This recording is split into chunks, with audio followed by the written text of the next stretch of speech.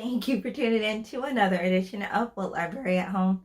I'm Alexis Lawrence, your adult service librarian, and today we are in a different location. I know it looks completely different than what you're normally used to, and that's because we are making do-it-yourself candles. Hopefully today you'll come out making something that looks a little bit like this. So let's get started, and I want to show you some of the materials that you're going to use to make this simple and easy craft. First things up, we are using microwavable soy wax. I found this kit at Michael's and it cost me roughly $11.99, and it makes more than one, so you can use this for more than one candle project. I am also using this jar, which can also be found at Michael's. It already comes with the wick in there, so you don't have to go out and buy the wick and glue it into a jar. But if you did want to do that, please feel free to use our upcycling videos if you've cleaned out a jar of your own and buy one that already has the wax on there, and you glue it into the jar. And you're going to want, depending on the size of the jar, to get a long enough wick to use. Please feel free to check out those upcycling videos where we cleaned out one of the candle jars that you had, and you can use one of those to make this project today. Because we're going to make our scented, you're going to also need warm cookie essential oil, and this one comes with a dropper so we can measure out how much we're using to make our smell. My example jar is also colored, as you can tell. It's a turquoise, like a teal color, and you can make your candle colorful, but I would recommend that you buy the color for candles as opposed to using like a food coloring or a gel coloring, because food coloring is water-based and that doesn't actually go well mixing that with a wax, because the water base will kind of sit on top of the wax. You can try it with gel coloring, but it takes a little more work involved with it. So I would go with the coloring that's made for candles. So let's get started with making our candles. For this jar, you would need 9 ounces of soy wax. Right now, I have a little more than 9 ounces kind of measured out in this jar. You use 90 seconds to 2 minutes. For every 8 ounces, we're gonna go ahead and put this in for 2 minutes. As this is working on melting our wax, we're going to make sure that this jar is cleaned out. So I'm going to take this cloth here and wipe around things. And you're going to take a pencil and we're going to actually roll the tip of our pre-wax wick around so that we don't have a crooked wick. Wonderful. So our liquid is all melted, as we can see. And now, because we want it to be scented, what we're going to do is we are going to fill our dropper up to about 0.5, or we can put in about 25 drops.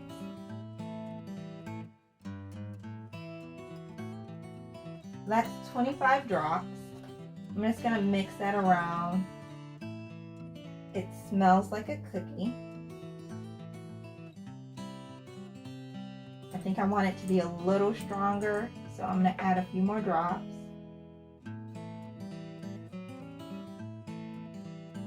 Yep, has a nice cookie smell to it. So once that's done, we just make sure that it's straight. We're just going to pour it into our container.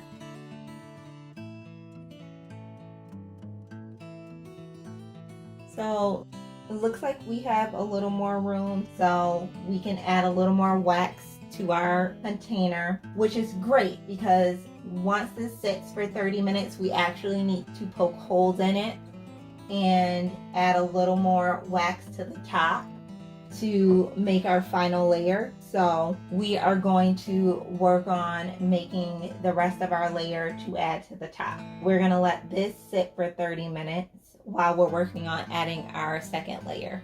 This is the rest of my bag. We'll go ahead and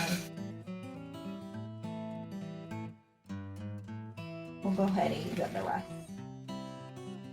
We have less than a cup left, so that'll be about a half. Perfect.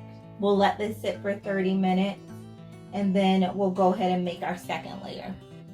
Our candle has cooled, so now we can do the final steps to our candle project. So let's get started and I'll show you what this looks like. As you can see, Our candle has dried. It looks like this because we didn't add any color to it. So it is a plain soy wax candle. It is still wrapped around by the pencil, so our wick is staying straight. So right now we are going to take the remaining wax and we are going to melt it. While that's going, we need to make little air pockets around the wick so that we can release any air bubbles that are in here. So we have made little air pockets.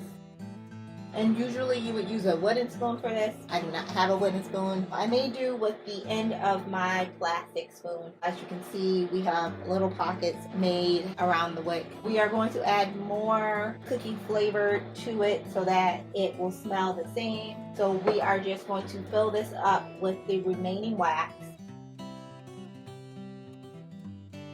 Then once that's done and everything is cooled, we will have a candle that looks like this, and then I will show you the final steps to do, which is the reason these scissors are here, and we will have our soy wax candle. Oh, I'm excited. This smells so good. And it's a great gift that you can actually give to someone for the holidays. We have the rest of our wax. There are some pieces, and I'm just going to mix that around so that we can melt all of them.